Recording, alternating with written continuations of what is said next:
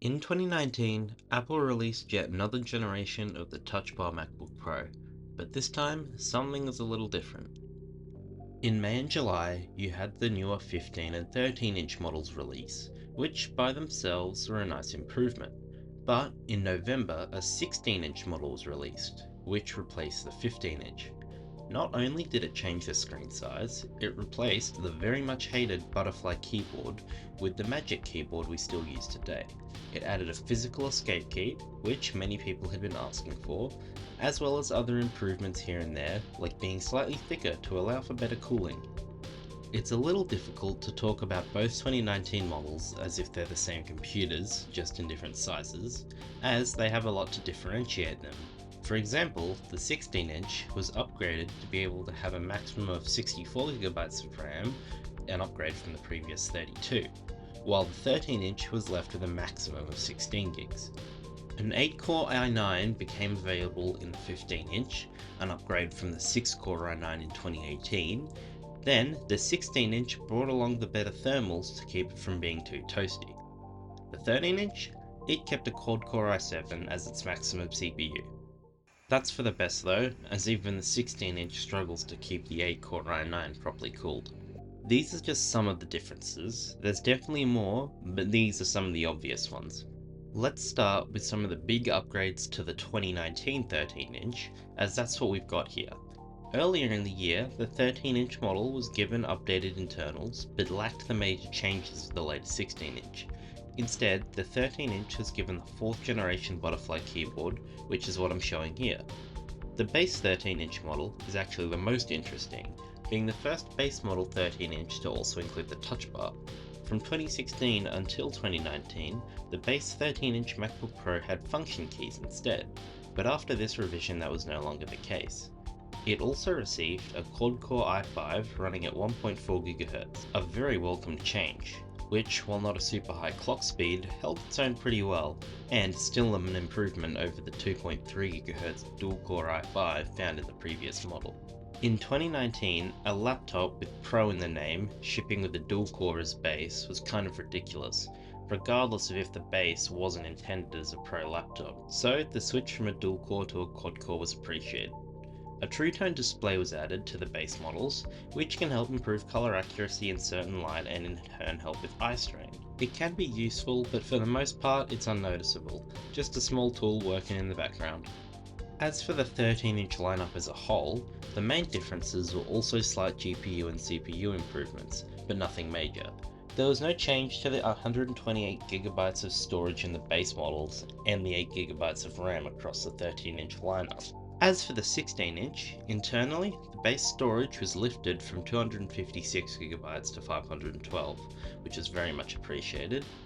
The base 16GB of RAM remained the same, but was now upgradable to a max of 64GB instead of 32. The processors, both the i7 and i9, remained the same as before, probably for the best, but the graphics were given a decent bump up, which would be very handy for those interested in a true professional laptop. The laptop also became slightly thicker, which allowed for better cooling, and, while not perfect, was a big step up from the 15 inches cooling setup, which was nowhere near enough for the i9. The 16-inch still throttles at max load, but is way less of a problem than it used to be. This larger body allowed for better speakers too. While the speakers are already pretty good, these are even nicer. Finally, the last main change saw the Touch ID/power button, and more importantly, the escape key, both became physical keys next to the touch bar instead of incorporated in it, which is something many had been asking for. Something people had been asking for is a pretty good description of what the 16-inch MacBook Pro was, or at least a start to. In the past years, people have been asking for a physical escape key, better cooling, more RAM, better graphics, and the likes. Sure, it wasn't everything, as some wanted the full removal of the touch bar, more ports, and even better designed thermals, which would come in 2021 with the release of Apple Silicon in the 14 and 16-inch MacBook Pros. But it was a step in the right direction. It showed Apple was able to listen, to take a step back, revise their products based on criticism. It made people happy to know their feedback was somewhat being taken seriously. All of this is great, But it was overshadowed by what came next year and lost its value so quickly it was hard to even justify buying one a year after its initial release. Even second-hand or refurbished models became a hard sell after enough time.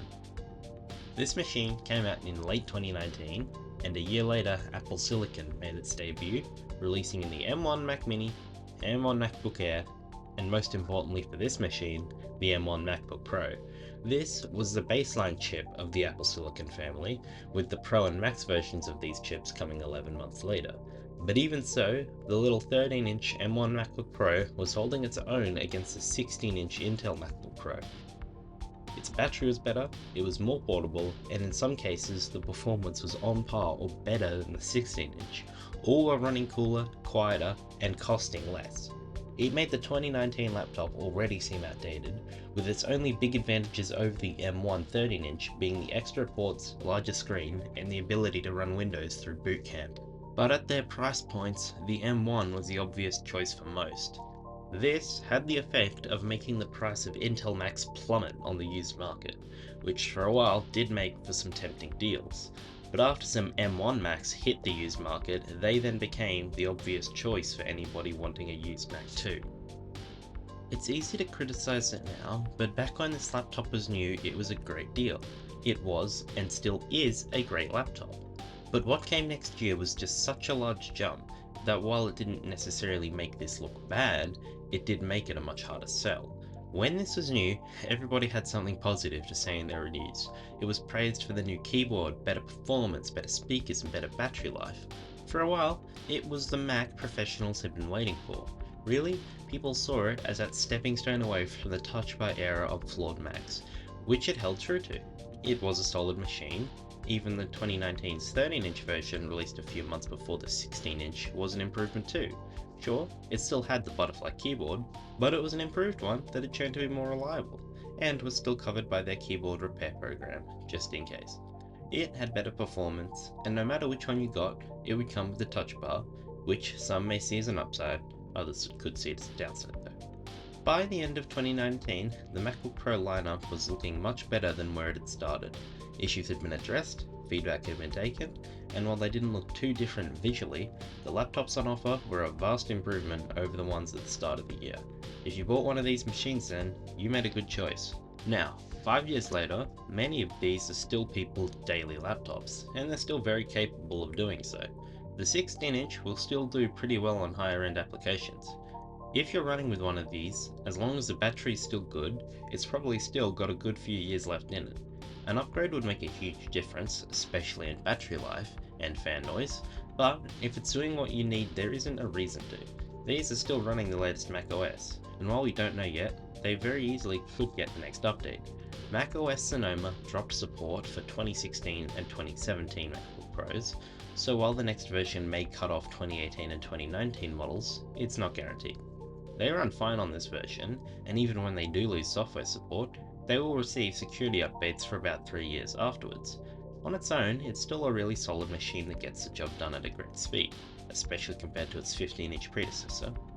It's when you put it head to head against a new Apple Silicon machine is where you will see its age and drawbacks, mainly in how much the fan spins up and the power consumption, but really, it doesn't do bad. It's turning 5 years old now, and although it got overshadowed by Apple Silicon rather quickly, since then it has aged kind of well. Its price has dropped further, and the performance you can still get out of it is respectable. However, while it still does well, does that mean it's still worth buying? Really, for a professional work machine, it will still do a good job, but I don't think that warrants buying it, especially with the other options. In Australia, a 16-inch 2019 MacBook Pro in great or refurbished condition will usually go for between $8 to $1,200 Australian dollars, and a 13-inch will be $700 to $900 Australian dollars. $800 to $1,200 is about the same as a second-hand M1 MacBook Air, and Apple's own refurbished store has M1 MacBook Airs for $1,200, which is practically brand new and comes with a warranty. While the M1 MacBook Air is a very different machine, in terms of portability, battery life, and quietness, it will win out. While the 16-inch will pull ahead in most performance-based tasks, especially longer ones, it'll draw much more power and use so much more heat to do so. Looking at the other options, a second-hand or refurbished M2 MacBook Air is only a couple hundred more, and a 14-inch M1 Pro usually goes for about 1800 Australian dollars, which for $600 more is a bit steeper, but if you're focused on performance, it will last much longer and be a better experience in practically every way. If your use case is mainly taking notes, typing up or editing documents, consuming media, or even a light bit of editing, a refurbished Apple Silicon MacBook Air will serve you much better than one of the Intel MacBook Pros, with the only sacrifice being screen size, and the 16-inch comes with 16GB of RAM as base. If you plan on doing more performance-intensive tasks, especially along periods of high workloads that'll heat up the laptop, the Intel MacBook Pro would be faster than the fanless Air. But if that's your use case, I would strongly consider the Apple Silicon MacBook Pros, because as mentioned earlier, they'll be much faster, run cooler, and have much better battery life. Unless you find a great deal on an Intel machine, say less than 700 Australian dollars for a good condition one, I'd say to look at the other options. But this is the Australian prices. Looking over at the US market, a 16-inch MacBook Pro goes for $500 to $700 US, and a 13-inch Pro is $300 to $500. While a second-hand M1 Air is $500 to $700 and a second-hand M2 is $600 to $800, both MacBook Air models on Apple's refurbished store are $750 and $850 respectively, with a warranty.